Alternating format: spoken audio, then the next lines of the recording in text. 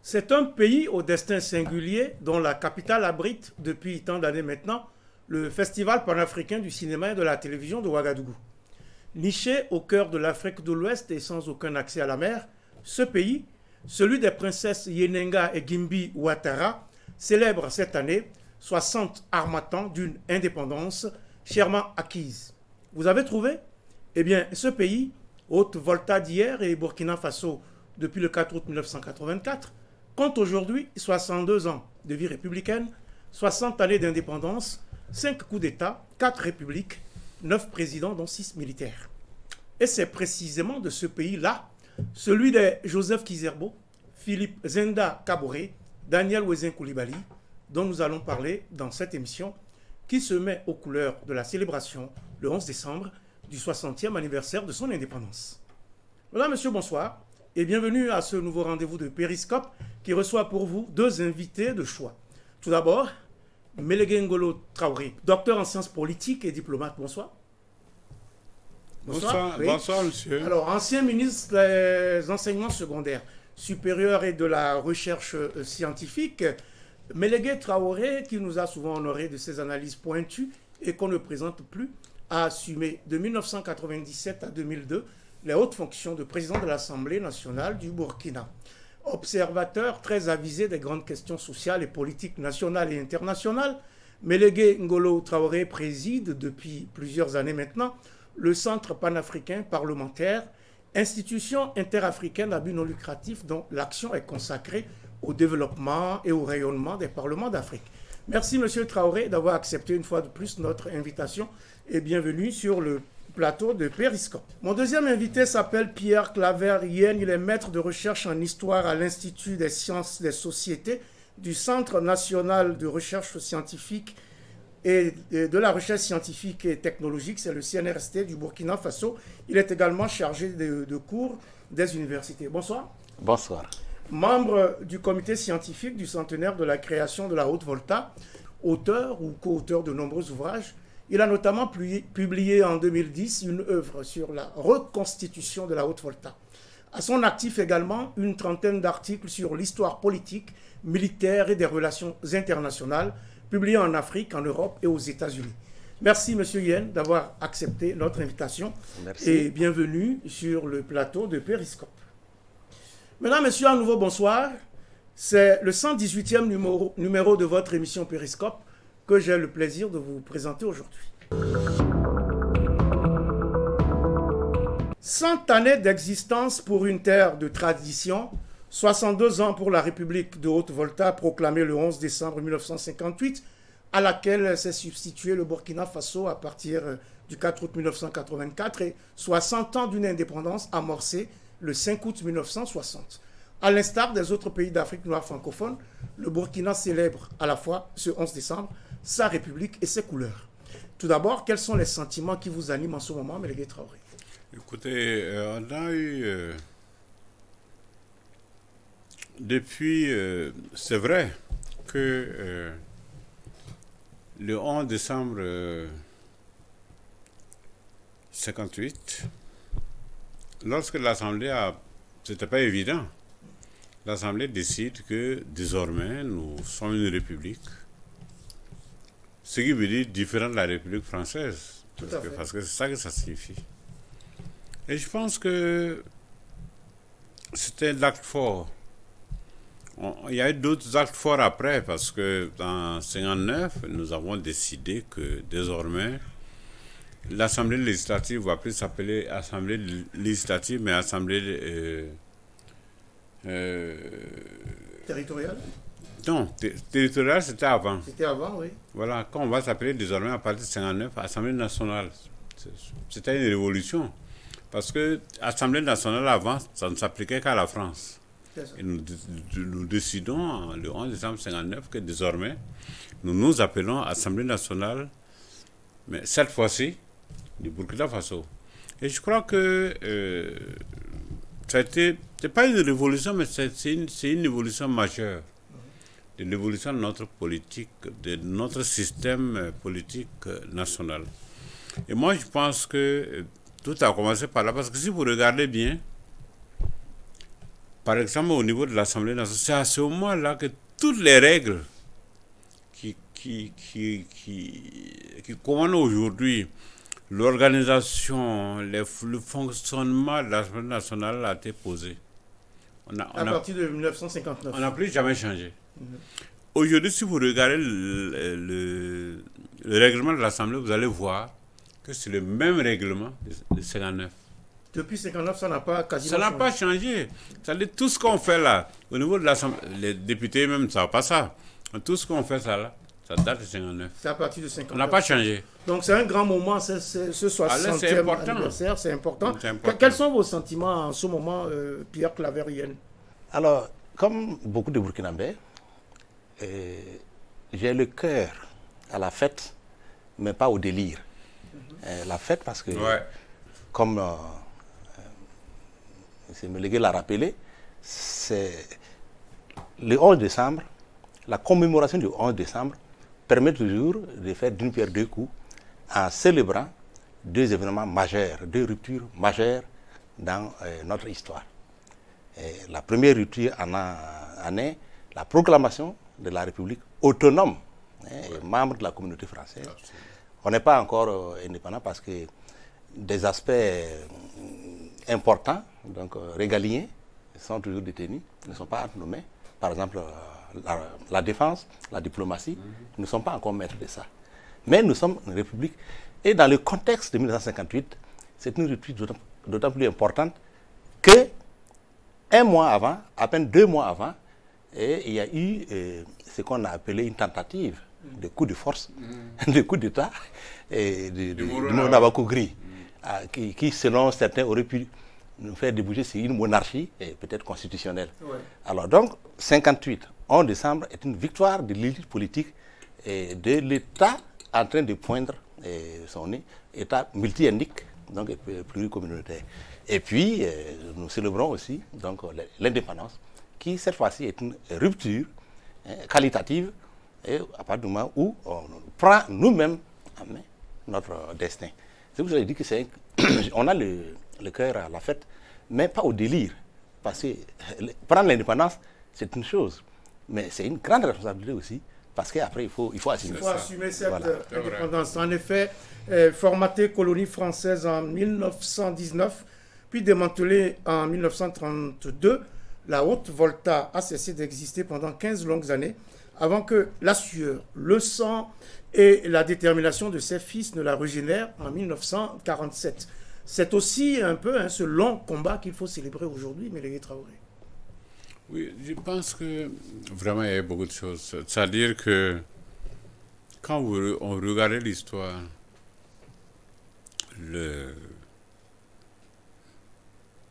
la suppression de la Haute-Volta en 1932,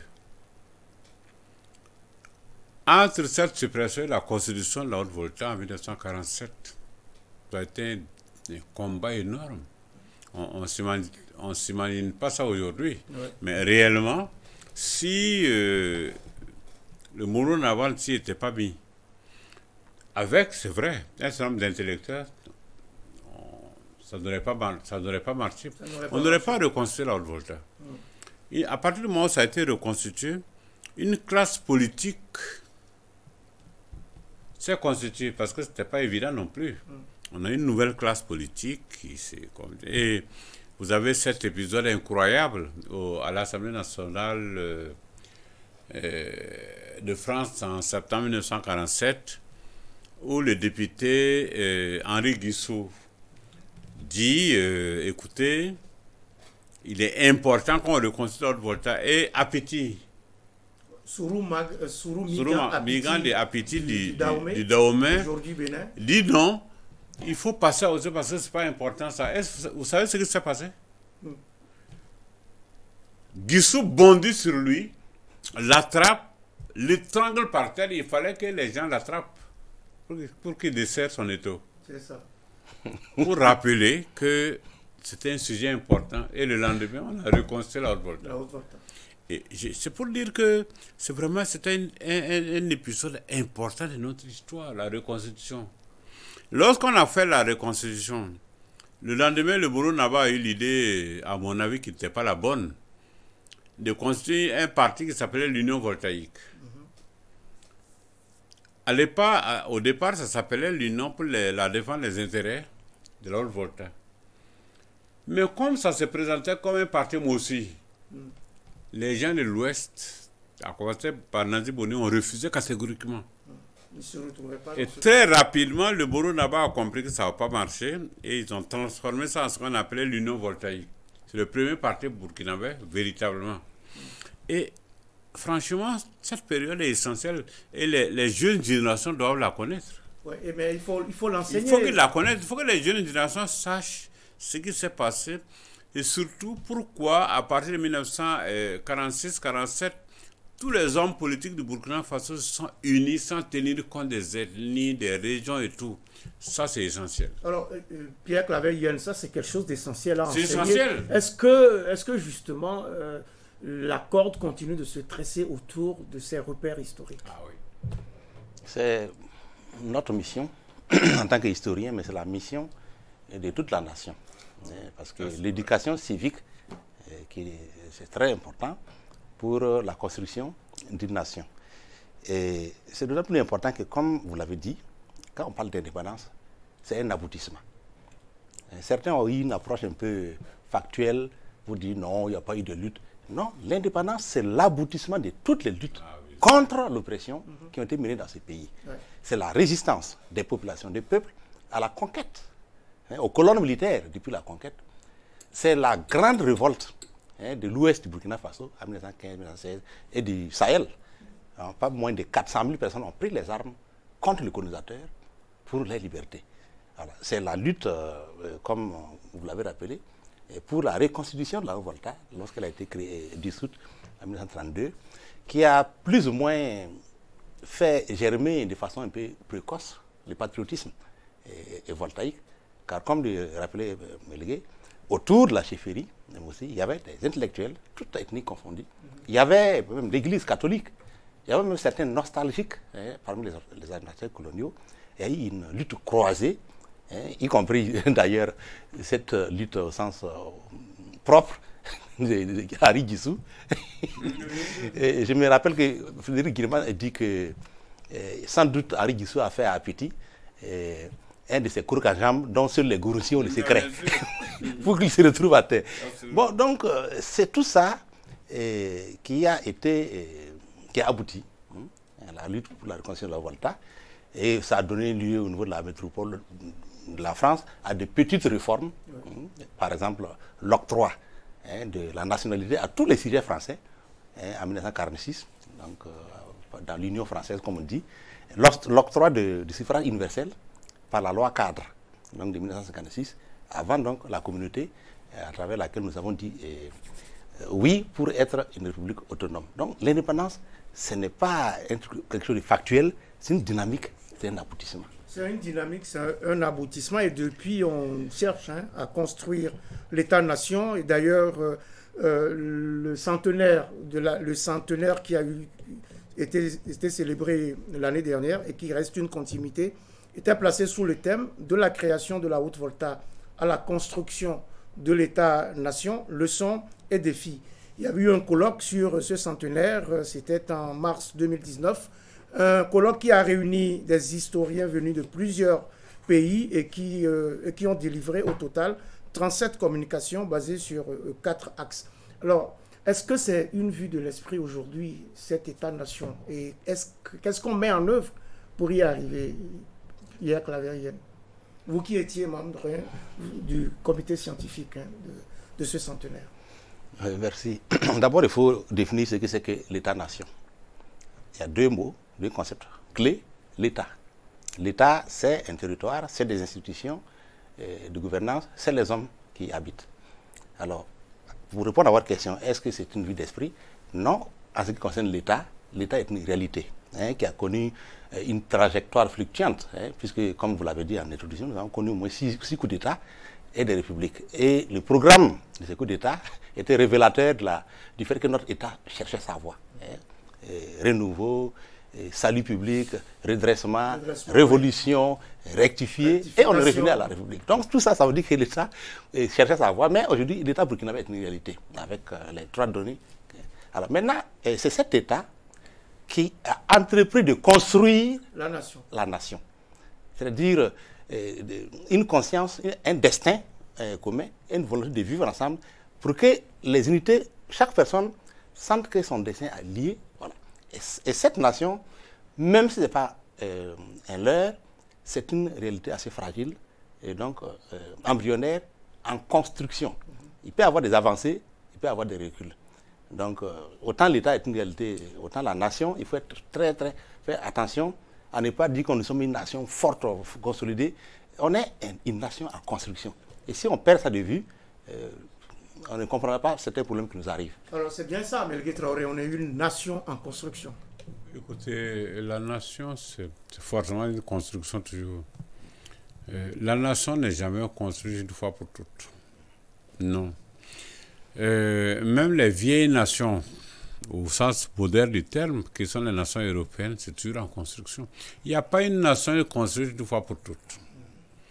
Aujourd'hui, nous partons d'une situation difficile de communauté ou d'entités qui existaient avant l'arrivée des Blancs, qui n'ont pas demandé à être ensemble.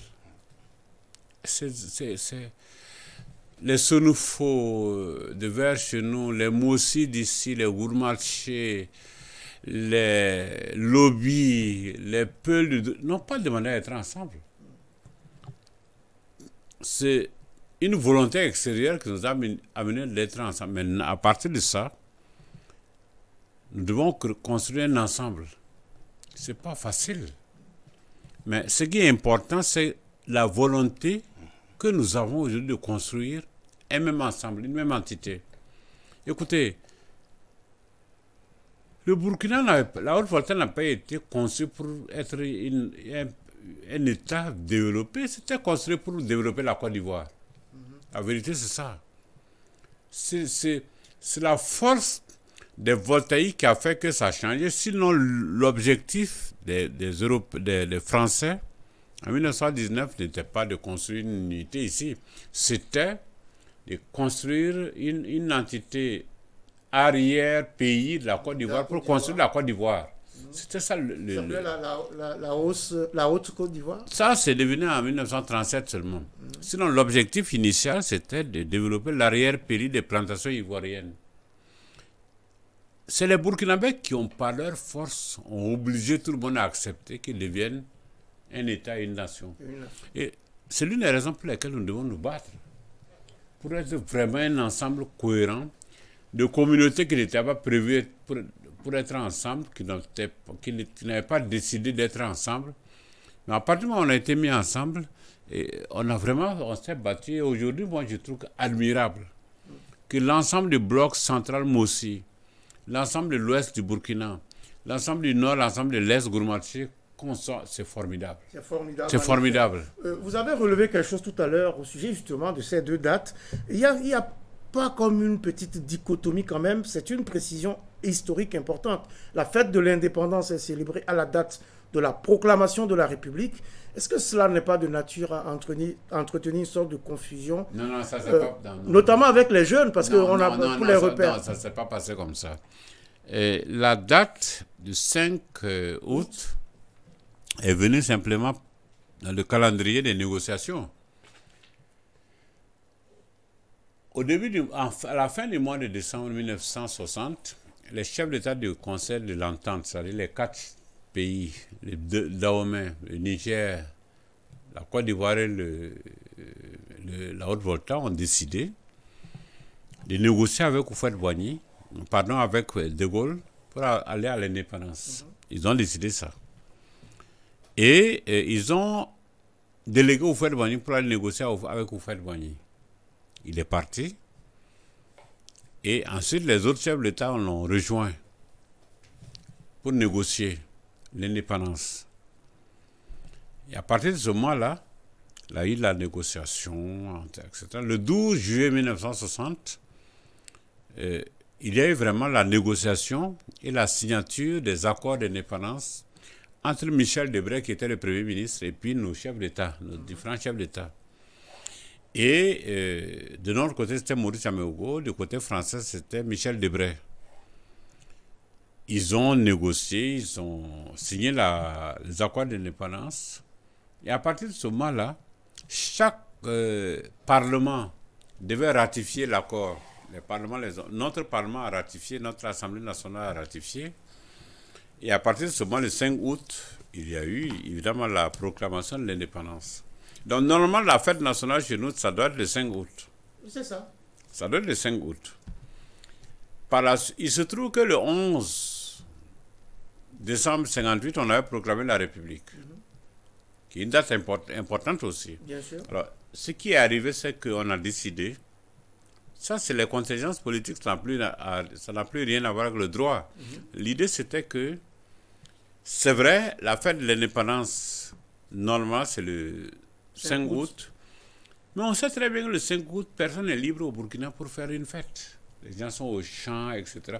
C'est ça qui a amené finalement l'idée selon laquelle il vaut mieux que le 11 décembre, qui est la fête de la République, on fête ça habituellement. C'est ça qui a amené ça. Il y a eu plusieurs années d'ailleurs, quand moi j'étais jeune, où on fêtait l'indépendance le 5 août. Oui, bien sûr. C'est après qu'on a ramené ça, parce que c'est plus simple. Si vous allez chez nous aujourd'hui, chez eux, comme chez nous, personne n'a le temps à la fête. Les gens sont au champ pour les récoltes. Pour les récoltes, oui, d'accord, mais c'est que la référence du 11 août, c'est 1958. 58, oui. Et la référence du 5 août, c'est 1960. Oui. Donc on est dans le 60e anniversaire, mais on le fête plutôt à la date du 62e anniversaire de la République. Politique. Oui, Pierre Claver. Voilà. Oui, ça veut dire qu'il faut expliquer. Il faut expliquer pour que les jeunes générations comprennent que, comme je le disais tantôt, on fait d'une pierre deux coups. On commémore deux événements majeurs dans notre histoire. Mais la fête de l'indépendance, proprement dite, c'est le 5 août 1960. En juillet, les accords de transfert de compétences ont été signés, comme il le rappelait. Et le 5 août, Maurice Améogo a proclamé solennellement l'indépendance. La fête de l'indépendance, c'est le 5 août. Mais s'il y a des contingences, des problèmes de calendrier agraire, sans oublier les scolaires. Parce que l'indépendance, c'est d'abord pour la jeunesse. Et autour du 5 août, la plupart des écoles, les élèves sont fermés. Alors pour permettre une participation vraiment de tout le monde, surtout les jeunes, ils ont dû, par pragmatisme, loger ça dans le haut de ça. Mais il faut l'expliquer. Si on n'explique pas, on ne fait pas ce travail d'explication de mémoire. Mais tout de même, il y a plusieurs pays qui ont été, c'était à la queue leu que les indépendances ont été proclamées au mois d'août. Ça a commencé par le Dahomey le 1er août, puis il y a eu le Niger. Non, je vais vous expliquer ça. Les 4 pays du Conseil de l'Entente, comme tout était orchestré par Houphouët-Boigny, ont décidé que ils vont proclamer. C'est ensemble qu'ils ont décidé à Paris, c'est même pas au Burkina, au Bénin.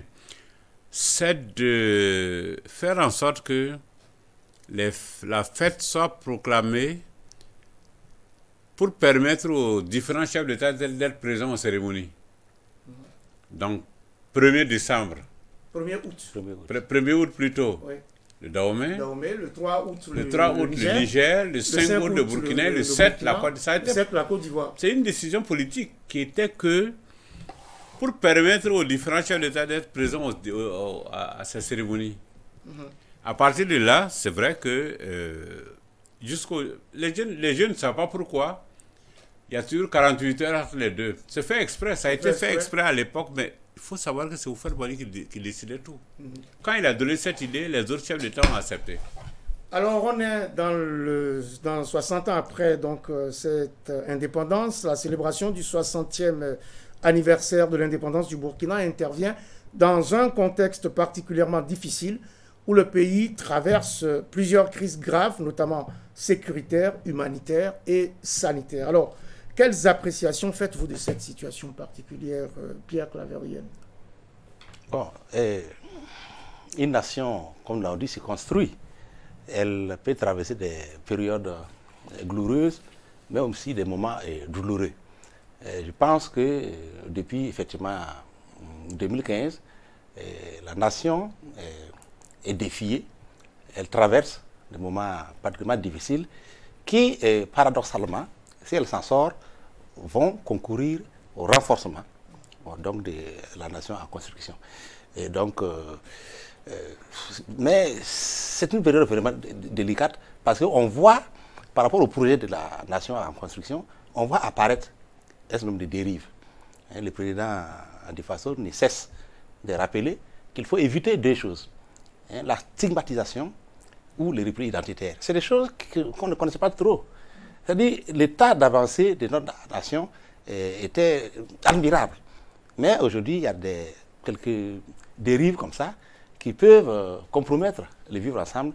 Mais il faut constater que bon, les forces de défense et de sécurité se battent comme des lions et que le peuple a compris quels sont les problèmes qui se posent et que si nous nous en sortons, paradoxalement, c'est la nation qui en sera consolidée. Alors, d'aucuns pensent même que la patrie est en danger et que justement, le danger qui menace le Burkina aujourd'hui n'est pas fondamentalement différent de celui du siècle dernier, faisant ainsi donc référence à tout ce qu'on a développé tout à l'heure. Êtes-vous du même avis, Mélégué Traoré? Non, il faut qu'on soit sérieux. On a une étape de l'histoire de Burkina Faso qui est unique. C'est-à-dire, pour la première fois, l'existence physique de l'État est en cause. Il n'y a pas beaucoup d'étapes comme ça dans l'histoire de Burkina Faso. C'est vrai, on a été créé, à partir de 61, on a eu des problèmes, le Mali pour les frontières. Et ça s'est transformé en 74 et en 85 en conflit armé. Ça s'est terminé le 12 décembre 86 par un arrêt de la Cour internationale de justice qui nous a enlevé 1000 km². Ce qui fait qu'aujourd'hui, on n'a plus que 74 000, non 75 000. 274. Voilà. Donc, tout ça, je comprends. Mais aujourd'hui, on est à une étape où, pour la première fois, l'existence physique, parce qu'il ne faut pas s'y tromper, les attaques terroristes, ce n'est pas seulement les épiphénomènes, c'est vraiment qu'on ne sait plus si on va exister ou pas. Si vraiment on va à la logique des terroristes, ça veut dire qu'à un moment donné, nous allons nous intégrer dans un magma territorial qui serait sous la coupe des terroristes, c'est-à-dire une espèce de l'islamisme radical, qui n'est pas acceptable pour moi. Mais c'est ça l'objectif qu'ils ont. Et cela remet en cause l'existence même du Burkina Faso. C'est à cause de ça que lorsque dans un pays, vous avez peut-être un tiers ou un peu moins du territoire qui est sous la coupe, non pas de l'État, mais de forces extérieures, c'est un problème.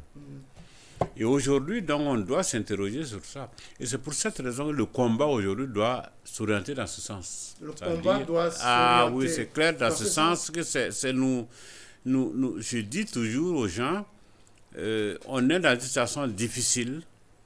Le G5 Sahel a été créé. Personnellement, j'ai toujours pensé, je l'ai fait savoir au chef de l'État que c'est très difficile. On ne va pas s'en sortir sans l'Algérie, je ne crois pas. Je ne crois pas parce que j'ai tellement voyagé, tellement de... Il faut savoir que la plupart des chefs djihadistes qui agissent au nord du Burkina viennent du sud de l'Algérie. Ils ne viennent pas d'ailleurs. C'est eux qui viennent donner des instructions à Kidal, à partir du Mali, et qui se répercutent chez nous. Et j'ai toujours dit, d'une façon ou d'une autre, on ne peut pas se passer de l'Algérie. Donc il faut revoir le G5 ou en tout cas travailler en collaboration il faut revoir, avec l'Algérie.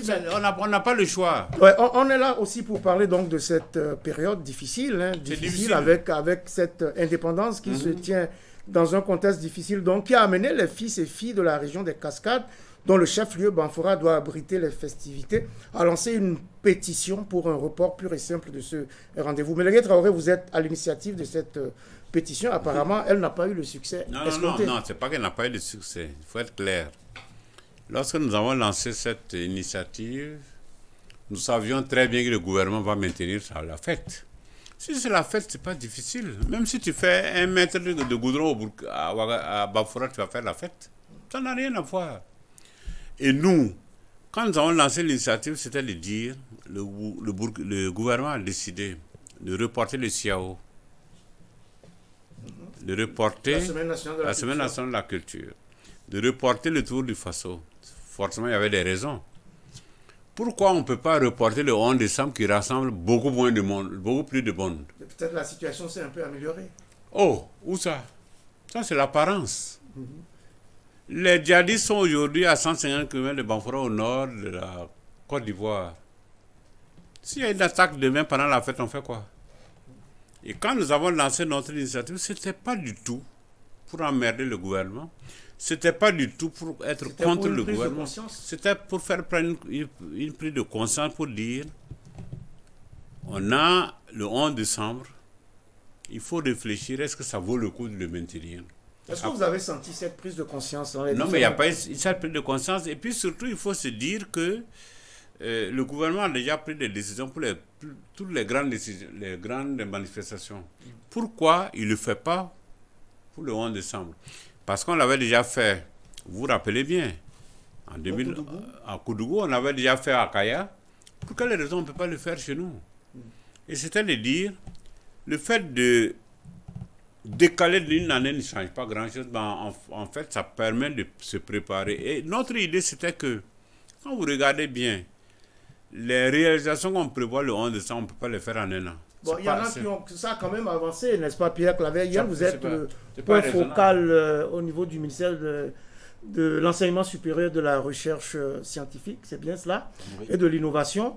Le gouvernement tient à ce rendez-vous. Les bouchées ont été doublées pour que le pari soit effectivement relevé.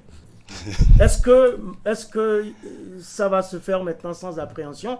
Est-ce que des mesures ont été prises justement pour tenir compte de ce contexte particulier qui est quand même préoccupant? Je pense que vous surestimez un peu l'importance d'un point focal dans ce genre de situation. Bien sûr. Le point focal, c'est surtout pour la préparation de la parade, la grande parade. Bon, et puis quelques autres aspects à côté. Le ministre de l'administration territoriale aurait été mieux placé pour répondre à cette question.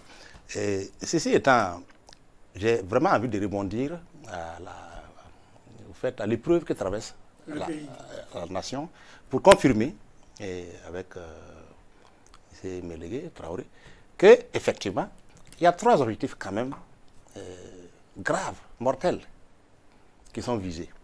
Et il y a la remise en cause des frontières. Des frontières des États. Ce n'est pas pour rien, le phénomène est transfrontalier. Ouais, ça ne concerne pas seulement le Burkina. Ça ne concerne pas seulement le Burkina. Et c'est pour cela qu'il a raison de dire sa stupéfaction, de voir qu'un pays comme l'Algérie ne soit pas impliqué pour des questions de calcul géopolitique. Mais il n'y a pas que l'Algérie, il y a le Nigeria. Absolument. D'où presque, une bonne partie du problème est venue. Le Nigeria n'est pas véritablement dans le G5. Il n'est pas impliqué. On fait comment? D'une part. Et deuxième menace, c'est effectivement l'État et sa nature. L'État laïque serait remis en cause par les attaques, au profit peut-être d'un État confessionnel. Donc il faut le savoir et le dire pour que les gens les choses. Et puis, il y a finalement notre vivre ensemble. La manière dont nous vivons, que ce soit sur le plan culturel, la manière de penser, vestimentaire, tout ça c'est remis en cause. Donc, ceci fait que, effectivement, c'est une période particulièrement difficile et qui nécessite qu'on la comprenne et qu'on se mobilise. Sinon, à propos du 11 décembre, effectivement, j'ai vu passer la pétition. Mais j'ai noté, ce qui est notable dans cette pétition, c'est que tous les intellectuels, l'élite intellectuelle de la région, sans différence d'appartenance politique, a signé. C'est-à-dire qu'il n'y a pas de différence, nous, les CDP, nous, les PP, tous, sans distinction d'appartenance politique, ont signé la pétition. Et je pense que cette pétition ne sera pas vaine, d'abord parce que, comme vous l'avez dit, ça permet au gouvernement d'hâter un peu le pas, et d'autre part, c'est une alerte. Quand on dit pétition, c'est un appel.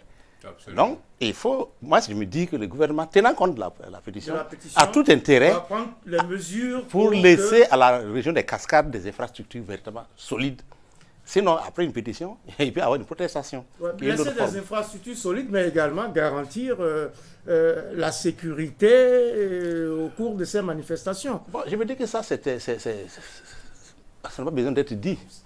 Ça n'a pas besoin d'être dit parce que, bon, c'est comme les élections. Ça n'a peut-être pas besoin d'être dit pour ce qui est de la sécurité liée aux attaques et au terrorisme, mais il y a également cette situation liée à la crise sanitaire avec la Covid-19. Il y a beaucoup d'autres aspects de la question qui s'entremêlent et qui font que c'est un rendez-vous à haut risque. Il faut d'ailleurs le noter, c'est un fait majeur. Aucun pays de l'Afrique noire francophone n'a pu vraiment célébrer le 60e anniversaire de son indépendance cette année, notamment en raison de cette crise sanitaire liée à la Covid-19. Depuis le 1er janvier, déjà avec le Cameroun, jusqu'au 22 septembre avec le Mali, en passant par le Sénégal, le Togo, puis le Bénin, le Niger, la Côte d'Ivoire et même en Afrique centrale, aucun pays n'a pu organiser des festivités. Même en Mauritanie, récemment, cette célébration a été marquée le 28 novembre dernier par un défilé militaire dans la capitale, Nouakchott, et l'annonce de mesures sociales fortes en faveur des personnels de santé et de l'éducation. Alors, si on réussit à faire des festivités à Banfora le 11 décembre, le Burkina Faso va être le seul pays à avoir réussi une commémoration festive de cette date repère, de cet événement historique en 2020. Et ça peut s'apprécier comme une prouesse. Bon, non, c'est une prouesse à la Pyrrhus. Ah oui? Je vais vous dire pourquoi. Bien sûr, on va. Vous savez, même avec 1 kilomètre de goudron, on peut faire la fête. Nous, notre problème, quand on a fait la pétition, ce n'était pas les réalisations.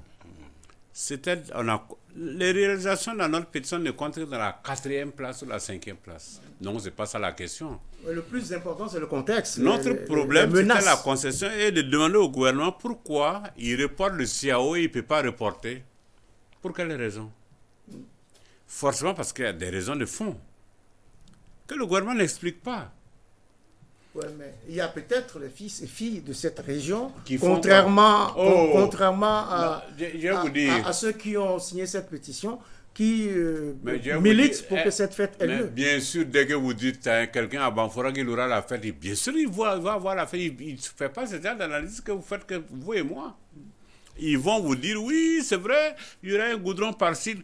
Goudron, c'est à partir de notre pétition que le gouvernement a précipité les constructions actuellement. On a vu ce qui s'est passé. C'est dès qu'il y a eu l'annonce de la pétition que tout a été précipité. Bon, oui, Pierre Claver, je me dis sur cette question, effectivement, que pour moi, c'est un défi.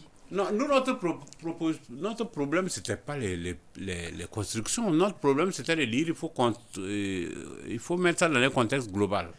C'était pas ça du tout. Donc, le problème, c'était pas que le goudron soit prêt. On a parlé de ça, mais à la 4e ou 5e position dans notre pétition. Ouais, alors, Pierre Claver, et j'ai dit, laissez-moi terminer, j'ai dit ceci, pour nous savions très bien que le gouvernement va maintenir. J'ai été trop au gouvernement pour ne pas savoir. Je savais très bien que le gouvernement va maintenir la fête. Surtout quand ça vient de Mélégué. C'est gênant. Non, pas forcément. Oh, ben, écoutez, on est au Burkina. Ça ne vient pas que de Mélégué. Il ne faut pas faire un procès d'intention au gouvernement. On est au Burkina. On sait tout là. Faut pas le vieux Mélégué il est trop malin pour ça. Donc, je te dis, le simple fait que ça vienne de Mélégué était gênant. Mais ce n'est pas grave. Je ne tiens pas compte de ça. Mais cette région-là, les Cascades, c'est moi qui l'ai fait créer. On n'allait pas créer à l'époque une région pour une province, la Comoé. Tout le monde sait comment ça a été créé, comment j'ai été attaqué à propos. Donc moi, je tiens aux intérêts de la population. Je veux que si on fait une fête à Banfora, du 11 décembre, ça vaille vraiment le coup. Et surtout que les réalisations qu'on va mener soient faire des relations solides et durables. Le président du comité d'organisation dit que... vous attendez à ce qu'ils disent quoi? Que c'est fin prêt, les travaux sont de qualité. Est-ce que vous serez à la fête, Mélégué Traoré? Ça, je ne suis pas sûr. Mais ce que je vais vous dire, vous croyez qu'il va vous dire quoi? Bon, alors, Pierre Claver, il va vous dire quoi? Vous souhaitiez réagir? Non, je voulais dire que pour moi, quoi qu'on dise, c'est un défi. C'est un challenge, c'est un défi que le gouvernement se lance. Et comme il s'est lancé un défi pour l'organisation des élections. Parce que la différence, par exemple, entre CAO et semaine culturelle et une fête donc, nationale ou des élections se trouve au niveau des enjeux. Hein. D'une part, on aura des enjeux essentiellement commerciaux, hein, et d'autre part, il y a un enjeu politique de construction, effectivement, de consolidation d'une mémoire collective ou même d'exercice même de la démocratie. Je crois que ce n'est pas les mêmes choses. Et c'est un défi, un véritable défi. Le gouvernement a été félicité pour la gestion de la crise liée au Covid. Ils ont pris des mesures assez rapidement pour essayer de faire. Alors, il faut que le gouvernement soit conscient que s'ils ne prennent pas de mesures sécuritaires, sécurité au sens militaire du terme, mais sécurité au sens sanitaire, et que bon, ça donne lieu à une aggravation de la pandémie, ça risque d'être mal vu. C'est pour cela que je me dis que les mesures doivent être prises vraiment sanitaires, de limitation, pour permettre à la fête, comme aux élections, ça a été le cas pour les élections, de se dérouler et sans compromettre l'essentiel. Ouais, vous dites que c'est mon frère, il n'y a pas de problème. S'il y a une attaque demain... Bon, on va toucher du bois et espérer... je veux savoir. S'il y a une attaque demain, on fait quoi? Oui, mais le gouvernement a sans doute pris en compte tous les scénarios. Ils vont faire quoi qu'ils n'ont pas pu faire au Nord? Mais avant ça, vous venez de dire tout de suite que le gouvernement a été félicité pour la gestion de la crise sanitaire liée à la Covid-19. Mais pourtant, les chiffres sont repartis à la hausse après ces élections couplées du 22 novembre dernier. On est passé, alors qu'on était déjà à une poignée de cas qu'on maîtrisait convenablement, ces derniers temps, on est passé à des cas... à des dizaines de cas. Le dernier point faisait état de 79 cas confirmés. Alors, est-ce que ce n'est pas justement inquiétant? Est-ce que on se demande si ce n'est pas aussi un effet de la campagne? Est-ce que alors cet effet de foule qu'on aura le 11 décembre ne pose pas aussi question de ce point de vue-là? Quelles mesures seront prises? Vous n'avez peut-être pas la réponse, mais effectivement, ça pose des questions. Ça pose des questions. Heureusement qu'on peut aussi se dire qu'on a aujourd'hui plus de moyens de faire des tests, de contrôler, donc qu'on avait au début. Donc peut-être qu'on fait plus de tests et que ça révèle mieux la réalité. Mais dans tous les cas, j'ai vu les chiffres qui ont grimpé et c'est inquiétant. C'est pour cela que j'ai dit dans mon propos que le gouvernement doit en être conscient. Et il faut que les mesures, que ce soit au niveau de la parade, que ce soit au niveau des dispositions, des mesures doivent être prises pour minimiser le risque. On va apprécier. Sinon, ce serait vraiment dommage qu'on retourne vraiment dans une situation qui va nous ramener encore à des quarantaines. C'est que moi, je n'ai pas la chance. La quarantaine, si Ouagadougou m'a surpris au village. Non. C'est pas évident. C'est pas évident de revenir. Je suis d'accord avec mon petit frère. Sauf qu'il n'y a rien.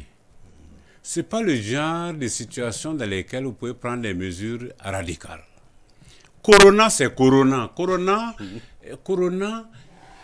les populations, les cascades ne sont pas les seules au monde où on est sûr qu'on peut tout. C'est pas vrai. Il ne faut pas raconter des histoires. Donc les populations doivent elles-mêmes s'en inquiéter et prendre les mesures. Et prendre les mesures pour éviter... C'est la responsabilité des gens comme nous autres de dire attention. On ne peut pas faire cette fête sans tenir compte du corona. On ne peut pas faire cette fête sans savoir qu'il y a les djihadistes à 150 km de Banfora et qu'ils ont attaqué jusqu'à 5 km de la ville de Banfora. On peut pas, c'est pas raisonnable de dire qu'il n'y a pas tout ça. Je ne dis pas que ça va se produire, mais je dis que quand on est gouvernant, un pays, ça ne se gouverne pas au hasard. C'est pas comme ça. On doit en tenir compte. On doit en tenir. Et je dis ceci. Nous, je répète, notre but n'était pas d'empêcher la fête. C'est de dire qu'il faut prendre des précautions. Et c'est de dire que si elles ne sont pas réunies, et nous ne pensons pas qu'elles sont réunies, il faut reporter à l'an prochain. Nous savions très bien qu'ils vont maintenir la fête. Mais je dis que notre but n'était pas de...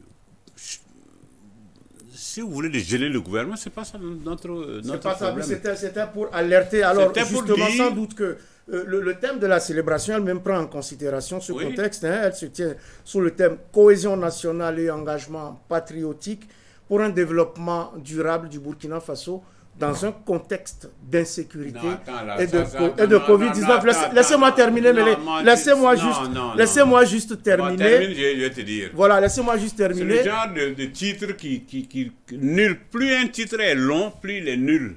Oui, mais c'est la prise plus un thème est long, plus il est nul. Continue. C'est un thème qui reflète la situation actuelle du pays. Oui, mais dans un document, vous savez, ici, littéraire, au départ, un titre n'a pas besoin, c'est pas pour décrire toute une situation. Voilà, mais c'est un titre qui nous ramène à ce que nous vivons, la cohésion nationale à retrouver, l'engagement patriotique qui est indispensable, le développement durable à construire, le contexte d'insécurité à gérer, et également, on l'a dit tout à l'heure, la crise de la Covid-19 à maîtriser. Donc, au-delà des mots, maintenant, et sans démagogie, comment on fait hein? Quel est le contenu Le contenu de ça, c'est quoi?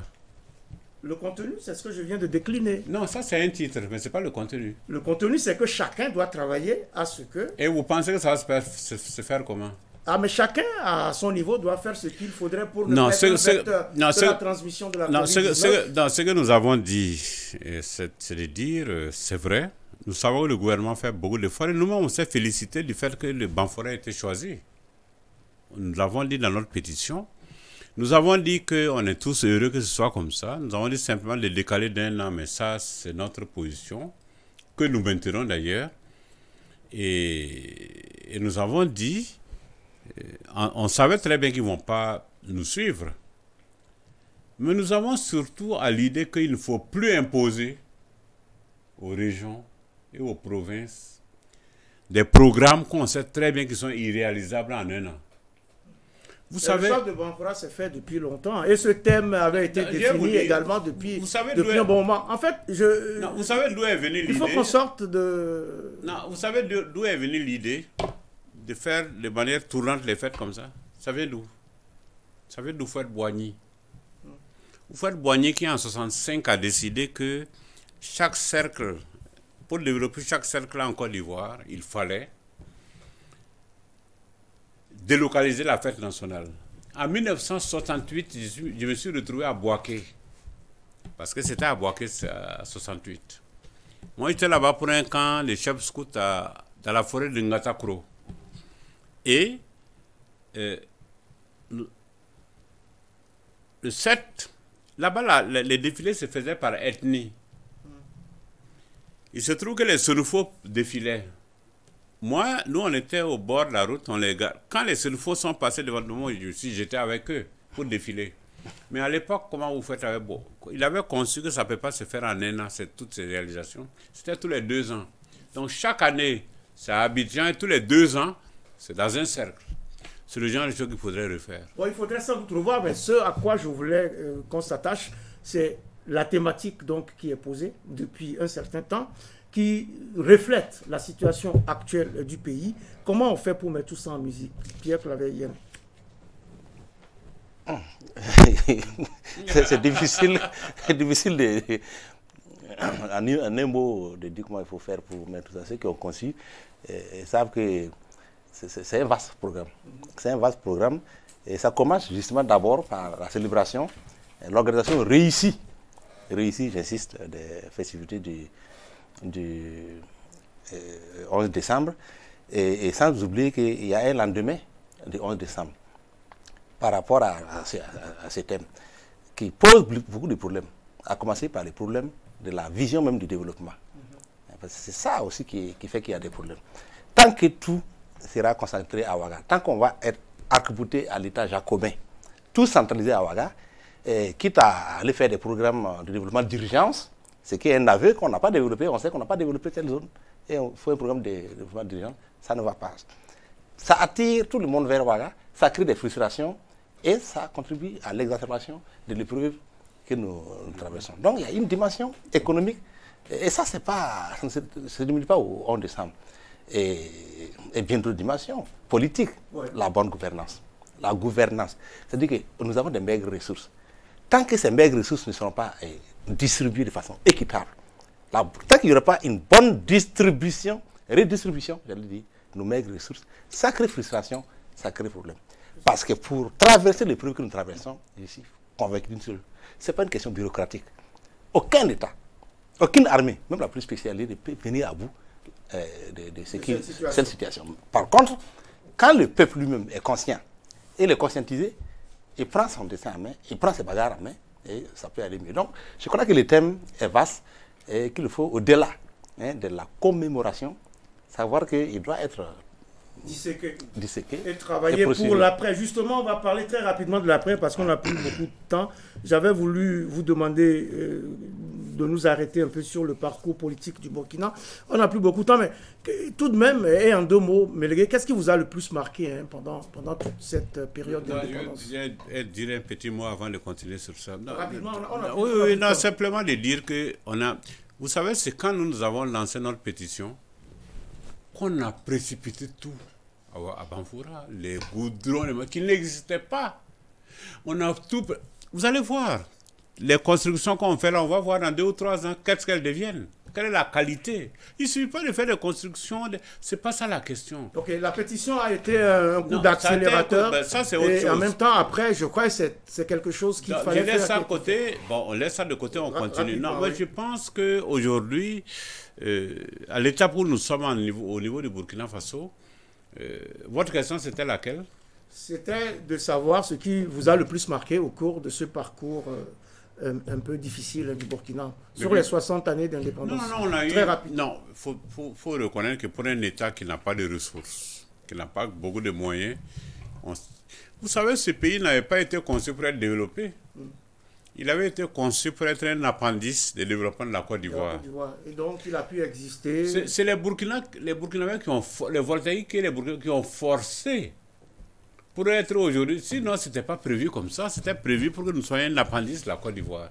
Mais on a réussi à décrocher sur ce plan et à développer vraiment un pays. On peut dire tout ce qu'on peut là-dessus, mais nous sommes aujourd'hui une nation, nous sommes aujourd'hui un État qui se développe, qui se débrouille tant bien que mal, mais c'est la réalité comme ça. Et moi, je pense que malgré toutes les difficultés qu'on a eues, les hauts, les bas, etc., nous devons être fiers de ce que nous sommes. Nous devons être fiers de ce que nous sommes, Pierre Claverienne. Qu'est-ce que vous retenez en bien, en mal, très rapidement, sur ce parcours en 60 années d'indépendance? Une première des choses que je retiens, c'est l'avènement de la révolution démocratique et populaire dans ce pays qui a apporté un supplément d'âme à la construction nationale. Parce que c'est la révolution qui a débaptisé les pays donc, de son nom colonial pour nous donner une haute identité qui est tout un programme. Burkina Faso, pays de l'homme intégré, avec comme habitants les Burkinabés. Et il y a pas mal de transformations. Un élan particulier est parti de cette prise de conscience que notre développement, notre dessein n'appartient qu'à nous. Et ça, je crois que c'est le fait majeur de notre... Et puis, bon, la résilience. La résilience du peuple burkinabé à toutes les épreuves que nous traversons. Et il a évoqué tantôt les 2 malheureuses guerres que nous avons eues avec le Mali. Et il y a cette situation. Mais au moment où on se dit que vraiment tout est foutu pour le Burkina Faso, il y a toujours comme un miracle qui fait que le Burkina s'en sort. Non, il y a une résilience permanente qui fait que, bon, on peut être fier effectivement, malgré ce qu'on a moins réussi de ce parcours depuis 1960. Fierté donc et résilience, ça sera le mot-clé pour la suite. Au-delà de cette célébration, il faut s'accrocher au combat, aux problèmes qui nous assaillent. Je vais vous dire, on va s'en sortir. Pourquoi? Parce que ces peuples-là, que personne n'avait vu venir, a montré qu'il existe.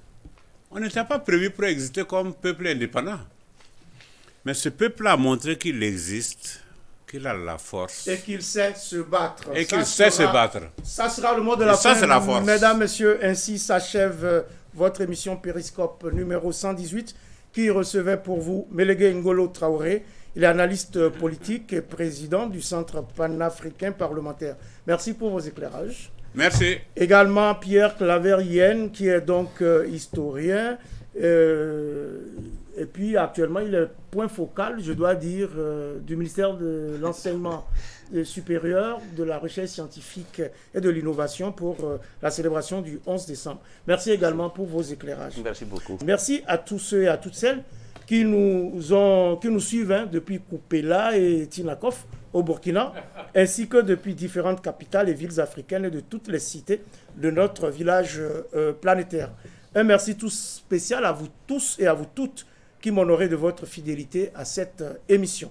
N'oublions pas, tous ensemble, de prendre soin les uns des autres, surtout oui, en ces temps de coronavirus où nous devons inscrire le respect des gestes barrières dans nos actes quotidiens. Mais prenons également date pour le prochain numéro de Périscope, même jour, même heure, sur la chaîne qui vous donne les clés du monde.